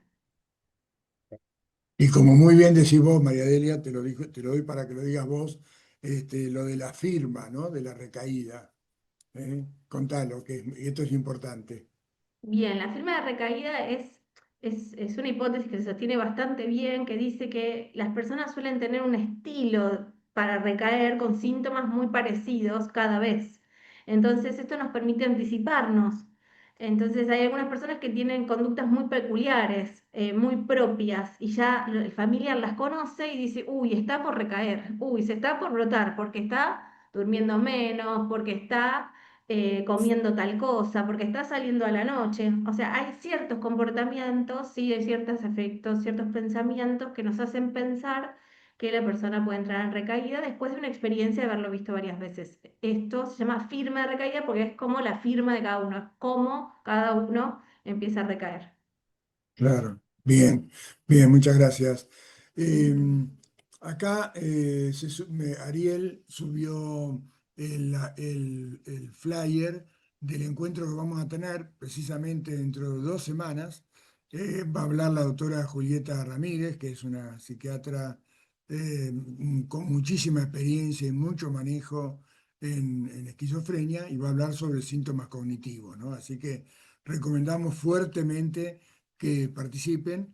Eh, Va a ser con el mismo link del encuentro de hoy, que es el link que usamos siempre, no solo para estos encuentros de psicoeducación, sino también para las reuniones de ayuda mutua, ¿no? Hay dos preguntas interesantes. Me dice, la persona está medicada, el familiar debe ser o algún conocido, dice, está medicada con aloperidol o lanzapina, son los dos antipsicóticos, Logical, que es el ivalproato, una forma, Viperideno, que es para contrarrestar los efectos del haloperidol, y clonazepam, que es un tranquilizante, ¿no? Pero sigue con alucinaciones auditivas. ¿Es común que sucedan o debiera desaparecer? Por supuesto que eh, no hay digamos, una regla que pueda aplicar absolutamente a todos los casos, pero lo cierto es que si hay alucinaciones auditivas persistentes, la primera hipótesis es que el tratamiento con antipsicóticos no es el apropiado, no es el suficiente, ya sea por el tipo de antipsicóticos que está recibiendo o la combinación de antipsicóticos que está recibiendo o la dosis o simplemente también la primera sospecha que siempre hay que tener cuando hay de pronto el paciente empieza y vuelve a tener síntomas que habían desaparecido o habían disminuido, es que no esté tomando la medicación, ¿no? Ahora, desde ya que si esto ocurre, bueno, precisamente sería si son persistentes, las alucinaciones tienen impacto en su desempeño, si también hay delirio, como frecuentemente ocurre, estaríamos en presencia de una persona con una esquizofrenia considerada resistente, que no respondió a los medicamentos. Y ahí es donde la clozapina es el medicamento indicado, ¿no? Esto ya se sabe de hace muchísimos años y está como regla de oro en todas las guías de tratamiento, ¿no? Por otra parte, también lo que las guías de tratamiento indican es que cuando una persona está tomando una dosis apropiada de antipsicóticos eh, y a pesar de eso no responde, bueno, una de las posibilidades con alguno de los medicamentos, por ejemplo, clozapina, olanzapina, haloperidol, risperidona, pero sobre todo con clozapina, se puede hacer lo que se llama un dosaje plasmático, es decir, determinar cuánto tienen en sangre del medicamento, porque eh, está bastante establecido cuánto deben tener en sangre para que estén recibiendo la dosis apropiada. Y muchas veces, y se da, no diría muchas veces, pero se da, ¿sí? Bastantes veces, que a pesar de tomar una dosis apropiada, por ejemplo, 300 miligramos de clozapina, 400 miligramos de clozapina, el paciente responde de una manera insuficiente. Se le hace un análisis y se ve que tiene una concentración en sangre baja. Bueno, menos de 350, que es lo que está establecido, 400, 350. Y en ese caso, aunque esté tomando 400, hay que subir. Y hay que subir hasta que se alcance la dosis apropiada en sangre, ¿no? La concentración en sangre apropiada. Bueno, la otra dice, para quienes sufren de psicosis, ¿estar mucho tiempo en la oscuridad o poca luz es malo? Eh, bueno, obviamente que esto puede ser una manifestación de sus síntomas negativos, ¿no? Del aislamiento.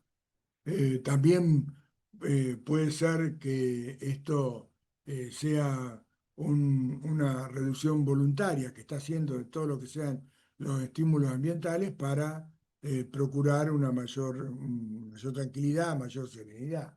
Pero bueno, en principio habría que explorar por qué está mucho tiempo en la oscuridad o con poca luz. No es malo en sí mismo, en tanto, bueno, no sea persistente, no sea durante todo el día, porque eso sí va a facilitar la conducta de aislamiento por parte de la persona, ¿no? Pero bueno, en todo caso, la intervención con el equipo terapéutico, advirtiéndole de este fenómeno, sería desde ya lo recomendado, ¿no? Sí, en eso una cosita más. Sí, es completamente Sí, importante saber por qué tiene que estar o necesita estar expuesto a la oscuridad. Pero en el caso de que sea por algún factor como, por ejemplo, necesitar dormir todo el día, ¿sí? O estar aislado, o estar mucho en contacto con el teléfono celular o lo que fuese, eso puede provocar estas alteraciones del ritmo circadiano y más alteraciones del sueño. Ya las personas con esquizofrenia suelen tener muchas alteraciones del sueño y eso va a impactar en la signosintomatología. El hecho de dormir bien es muy importante para mantenerse estable. Entonces, bueno, hay que entender que el ritmo sueño-vigilia, ¿sí? Luz y oscuridad, los biorritmos tienen que mantenerse lo más estables posibles. bien. Bueno, acá dice, ¿cuál es la mejor medicación para apaciguar las alucinaciones auditivas? Hace años atrás, cuando yo entré en el hospital, bueno, hace 50 años, decían que el haloperidol tenía particular función de reducir las alucinaciones y bueno, y la trifluperacina era más para el pensamiento así disgregado. Pero en verdad hoy en día eso está descartado. No hay una especificidad con respecto a las alucinaciones o a los delirios eh, respecto de los antipsicóticos. Sí, obviamente se sabe porque hay más evidencia de una efectividad mayor, por eso se lo elige como primera elección a los a los antipsicóticos como lanzapina, risperidona, paliperidona, quetiapina, que serían los de primera línea, conjuntamente con el aloperidol, aunque bueno, hoy en día todas las guías de tratamiento indican como primer fármaco los de segunda generación, o sea, o los atípicos, que se los llama también así, clozapina, olanzapina, risperidona, paliperidona y quetiapina. Pero también es cierto que en los estudios de investigación, todos los nuevos antipsicóticos, de los cuales hay muchos, ¿eh? Cariprazina, brexpiprazol, en fin, hay muchos de estos, el uracidona, que han demostrado en los estudios igual eficacia, ¿no? En delirios, alucinaciones y en general en todos los síntomas, ¿no? Acá pregunta por psicosis por parto. Bueno, son episodios depresivos que se dan, bueno, como el nombre lo indica, en el posparto, en algunas mujeres, y que, bueno, tienen síntomas depresivos severísimos y que, desde luego, están acompañados de manifestaciones psicóticas, de pérdida de contacto con la realidad. Los delirios suelen ser bueno, de ruina o de catástrofe o de que mejor es estar muerto que estar vivo, con riesgo de suicidio y de, bueno, y de dañar también al recién nacido, ¿no? Hay una organización en Buenos Aires que tiene particular énfasis en este tipo de manifestaciones. Y hace unos años atrás hicimos una reunión, seguramente el año que viene también la vamos a hacer, porque hay un día específico destinado bueno, a este tipo de problema, ¿no? A la depresión postparto. La estacionalidad y recaída. Es más frecuente la estacionalidad en los trastornos anímicos, ¿no? En la depresión y en el trastorno bipolar puede haber una mayor propensión en algunas pacientes a tener recaídas en los cambios de estación, particularmente mucho más en la primavera, menos en el otoño. Eh, También en algunos casos puede estar vinculado en esquizofrenia, pero en muchísimo menor frecuencia o importancia, ¿no?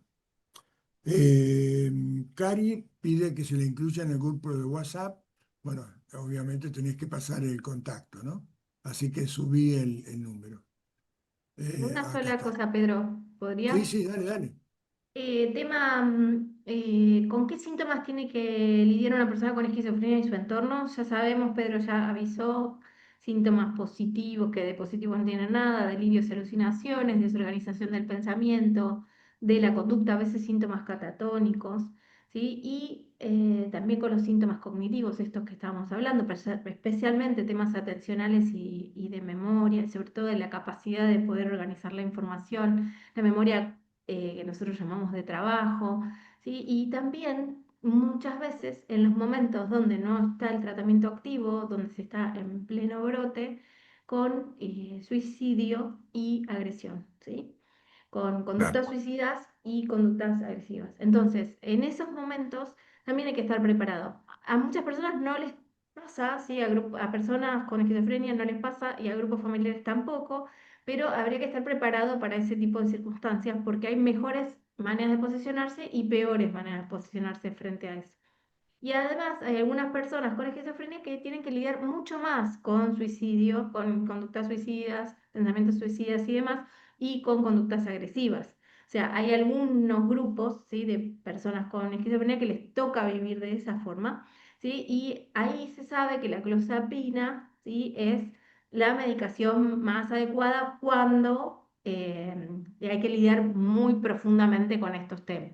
Entonces hay que avisar, ¿sí? Mucho, si uno tiene que lidiar con estos temas muy seguido, hay que avisar que es, nada, hay que lidiar muy particularmente con estos síntomas. Hay cosas que es clave no hacer, ¿sí? Y sobre todo el autocuidado, hay que cuidarse mucho en el caso de la agresión. Gracias. Acá Ítalo pregunta, ¿es posible que los pacientes con tratamiento puedan hacer una vida social en algún momento? Bueno, con el tratamiento, ¿no? Desde ya, a ver, yo no sé si se está refiriendo a personas con esquizofrenia o a personas con psicosis en general. Por supuesto que tanto los síntomas de psicosis estén presentes, la vida social está fuertemente restringida, eso es claro, precisamente bueno, porque frecuentemente los delirios, las alucinaciones, el pensamiento así disgregado y la conducta errática, eh, eso impacta muchísimo en su desempeño y en su funcionamiento social y desde ya está afectado mucho su vida de relación. Pero claramente va a depender de cuál sea la enfermedad de base, ¿no? Si es una demencia, bueno, esto puede, como cuadro que es progresivo, difícilmente pueda recuperar el funcionamiento social en forma permanente como podía tener antes. Pero, por ejemplo, si es un trastorno bipolar con severidad que tiene por ejemplo, un episodio maníaco de severidad psicótica, bueno, ahí sí, con un tratamiento apropiado, con seguridad, la probabilidad de que la persona tenga una recuperación plena y se desempeñe socialmente tanto como lo era antes de ese episodio, es cierto, y eso da precisamente es parte de la evolución propia del trastorno bipolar, ¿no? O de la depresión. En cambio, bueno, si es, por ejemplo, un episodio psicótico, un brote, ¿no? Como se le dice en la esquizofrenia, bueno, la persona con el tratamiento apropiado eh, por supuesto, puede recuperar su vida social, sin lugar a dudas. Yo, bueno, esto se ve a diario, ¿no? En el chat de WhatsApp de AFE, eh, muchas veces esta pregunta se hace y muchos familiares salen con su experiencia personal de lo que le ocurrió al ser querido con esquizofrenia con el cual convivieron y que a pesar de tener brotes, hay casos de haber tenido brotes muy severos, episodios muy severos con síntomas psicóticos importantísimos, a punto tal de requerir una, dos internaciones, y sin embargo después, con el tratamiento apropiado, con la psicoeducación y con la psicoterapia, alcanzar una recuperación funcional plena, ¿no? De hecho, tenemos casos en el grupo de pacientes que han recuperado su capacidad para retomar el estudio, para trabajar en forma independiente, de constituir una pareja, de irse a vivir con su pareja, de mejorar su posición laboral. Incluso en el caso concreto del cual estoy pensando, la persona emigró a España con su pareja porque tuvo una oportunidad laboral excelente y siguió capacitándose, mejorando y ascendiendo a nivel de la empresa y cambiando a otros emprendimientos, y bueno, y una vida social plena, ¿no? Pudo generar recursos como para comprar su propia vivienda, etcétera, ¿no?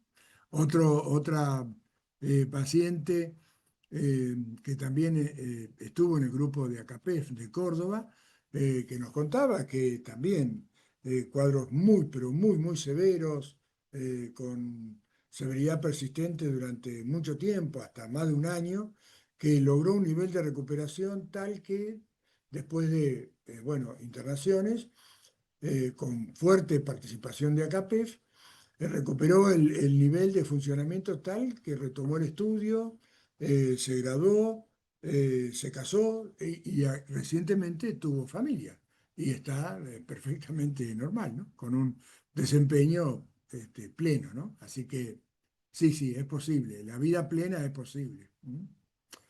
Bueno, mi chat, Jimena. eh, también confirmó esto que acabo de decir, ¿no? También Paula, Jimena es la presidenta de AFE, Paula es, tiene un Instagram enormemente útil para recibir información periódica sobre, y estimulante, ¿no? Sobre la esquizofrenia, ¿no? Escribilo, Paula, si podés, así las personas que recién te conocen pueden acceder a ese recurso tan importante, ¿no? que tenés en Instagram. Em, Sí, sí. un tema que ella pregunta, Paula, ¿es conveniente solicitar al médico tratante un plan farmacológico de emergencia? Que se llama la medicación de rescate para cuando el familiar se sospecha una recaída. ¿Cuán seguro puede ser este procedimiento? Bueno, dos cosas. La prevención de recaídas tiene que ir en varios niveles, ¿sí? Están los síntomas precoces, ¿sí? Y de recaída, o sea, los primeros, después hay otros un poquito más fuertes y después están los signos inminentes de recaída. Recomendamos, ¿sí? que lean este artículo escrito en Vivir sin Recaídas, que es un artículo gratuito que tenemos material de AFE a disposición, ¿no? Eso por un lado. Pero bueno, entre las cosas está el plan de contingencia farmacológico que tiene que ser acordado, ¿sí? Si nosotros hacemos un buen plan para prevenir recaídas que esté escrito y que todos tengamos y estemos de acuerdo cuando la persona con esquizofrenia está estable, participa de esto, se sabe que se va a hacer tal o cual cosa en cada momento, ¿sí? Cuando se está entrando en la recaída, cuando ya se esté inminente, ya se sabe que se va a ser incluido el plan farmacológico. Ahora, no es bueno hacerlo por los propios medios, ¿no? Eso es lo que no es bueno. Es bueno tener una recomendación del equipo tratante, ¿sí? Y en general eso es bueno saberlo en los momentos de estabilidad, ¿sí? Organizarlo en los momentos de estabilidad. Hacerlo por los propios medios puede ser inseguro. Bien, gracias María Delia. Muy, muy claro. Claudia pregunta si la clozapina viene en otra presentación que no sea cápsula. No, no. En nuestro país y en todo el mundo, excepto en China, la clozapina viene solamente en comprimidos, ¿no?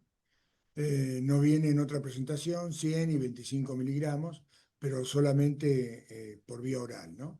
No viene ni en polvo, ni comprimidos degradables que se disuelven en la boca, como si la No. olanzapina, pero no, la clozapina no. En China hay, sí, una presentación inyectable de clozapina, pero por lo que sé, solamente en ese lugar.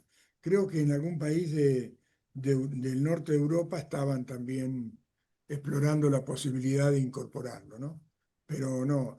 Y el problema de la clozapina inyectable, si fuera esta vía, es que en el caso de que aparezca una reducción crítica de los neutrófilos, bueno, la clozapina, si esto aparece a la semana de haberlo inyectado y la medicación dura un mes, va a tener 3 semanas en situación de riesgo, ¿no? Eh, por eso es que en realidad el laboratorio original no desarrolló esta presentación, ¿no? La inyectable de China está hecha por un laboratorio que produce genéricos, ¿no? También acá hay una pregunta sobre espiritualidad, ¿no?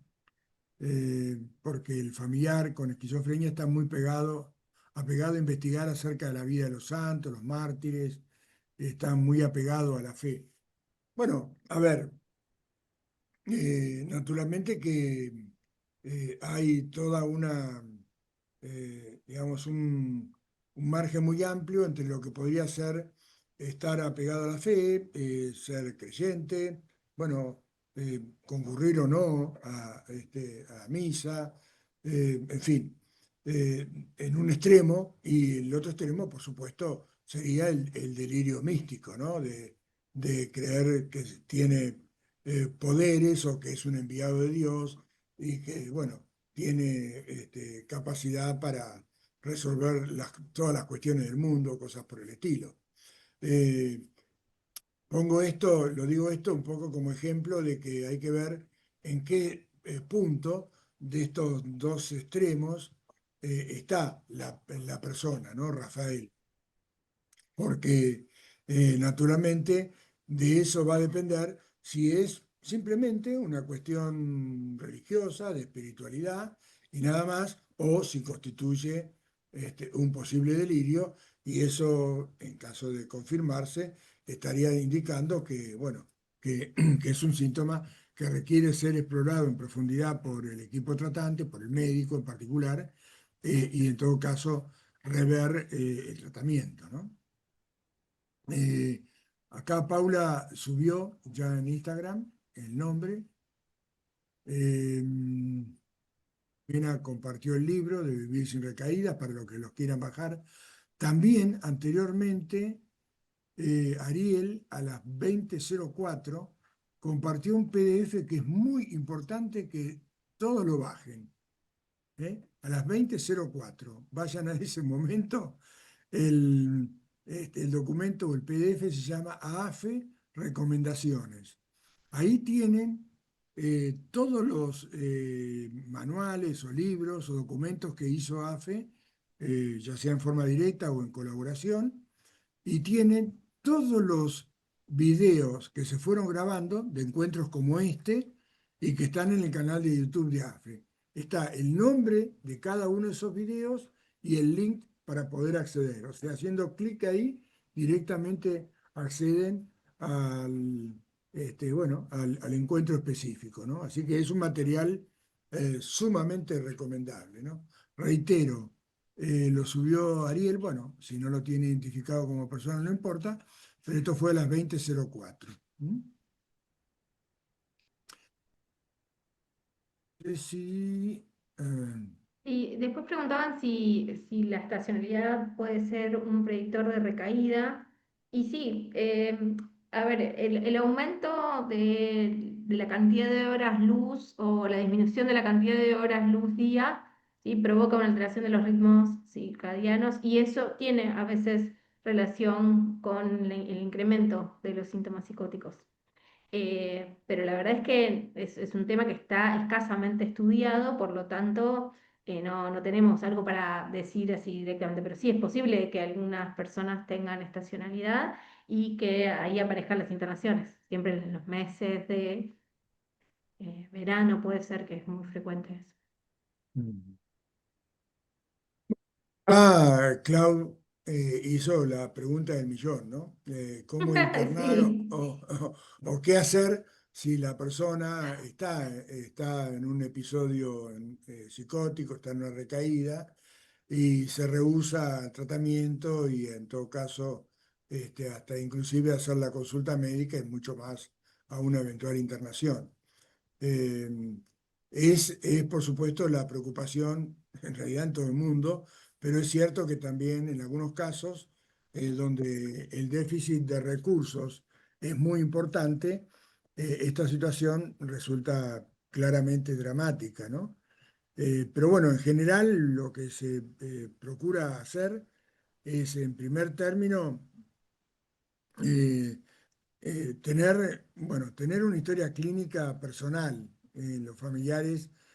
Y esto ahora, dentro de poco, estamos haciendo acá con María Delia y también con la comisión directiva de AFE un documento en donde está la sugerencia de qué cosas ir escribiendo en una historia clínica, en un documento de Word, por ejemplo, en la computadora, para ir agregando todo lo que se vayan acordando de la evolución de la persona, ¿no? O sea, tener la historia clínica es muy importante. Tener los documentos también, sobre todo los certificados que indiquen bueno, el diagnóstico, ¿no? Y si han estado internados con más razón. Pero bueno, si más allá de tener esos documentos que serían una fuente muy valiosa para acreditar la enfermedad y la severidad que pudo haber tenido en el pasado, eh, lo que se hace en estos casos es, bueno, en primera instancia, tener una certificación, una constancia del médico tratante y recurrir a él para que extienda un certificado de cómo lo ha visto, si lo ha visto recientemente, que también ponga en qué condiciones lo ha visto, si a juicio de él requiere o no una evaluación para una eventual internación, que es lo que siempre se recomienda expresarse de esa manera, ¿no? Precisamente porque la Ley Nacional de Salud Mental indica eso, ¿no? Que las personas con un episodio severo, en donde haya algún tipo de riesgo o por los síntomas, ¿no? Se prevea que van a tener comportamientos de riesgo, eh, lo que se hace es eh, que sea evaluado por un equipo interdisciplinario en donde debe haber un médico, aunque la ley dice que puede ser médico psicólogo, tiene que haber un médico porque, bueno, como bien vimos hoy, ¿no? Hay mucha psicosis de causas orgánicas que si no hay un médico se pasan de alto, ¿no? Entonces, lo tiene que ver un equipo interdisciplinario para que ese equipo determine si requiere o no una internación, ¿no? Entonces, por eso es la derivación a un equipo interdisciplinario para que se evalúe y el equipo determine si requiere o no internación. Un certificado médico que indique eso, y bueno, y ahí con esa documentación recurrir a la justicia para que indique una internación involuntaria, ¿no? Eh, que en todo caso puede llegar a ser necesario que intervenga también la fuerza policial para proceder a esa internación involuntaria, contar con una ambulancia para eventualmente el traslado, tener también ya una cama reservada en alguna institución, ¿no?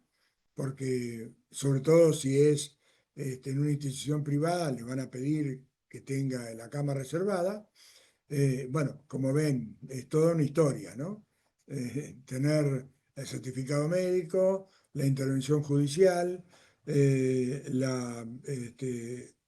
apalabramiento de la policía, por supuesto que va a recibir una orden judicial donde se indica que debe intervenir, ¿no? La ambulancia, en fin, no es sencillo que todo esto pueda coordinarse y en muchas ocasiones, lamentablemente, demora muchísimo, ¿no? Bueno,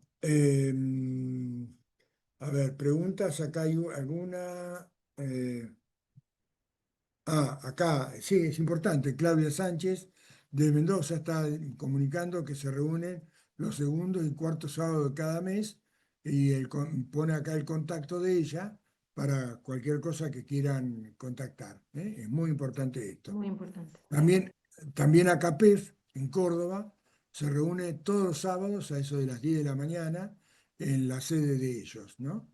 Eh, Así que, bien. Bueno, no sé si queda alguna pregunta, eh, o María Delia quería hacer algún comentario o quiere hacer alguien Había algún una comentario. pregunta hace mucho, mucho que quedó pendiente, que lo ¿Cuál? había notado, que es, hay una malformación congénita que se llama megacisterna magna y eso tenía relación con la esquizofrenia y hay reportes de casos, pero no se ha visto que sea causa de esquizofrenia. Eso nomás. No, solamente esto, que qué bueno que son estos encuentros para poder conversar sobre todas las dudas, que son un montón, pero la verdad es que el apoyo tiene que ser más constante y los grupos de ayuda mutua son los lugares específicos, ¿sí? Donde uno puede sentirse acompañado y ser parte de acompañar a otros en los procesos, ¿no? Bien. Sí, sí, sí, por supuesto, recordar también que para poder tener las mejores expectativas de recuperación, el familiar tiene que estar capacitado, tiene que conocer. El conocimiento es poder, ¿no?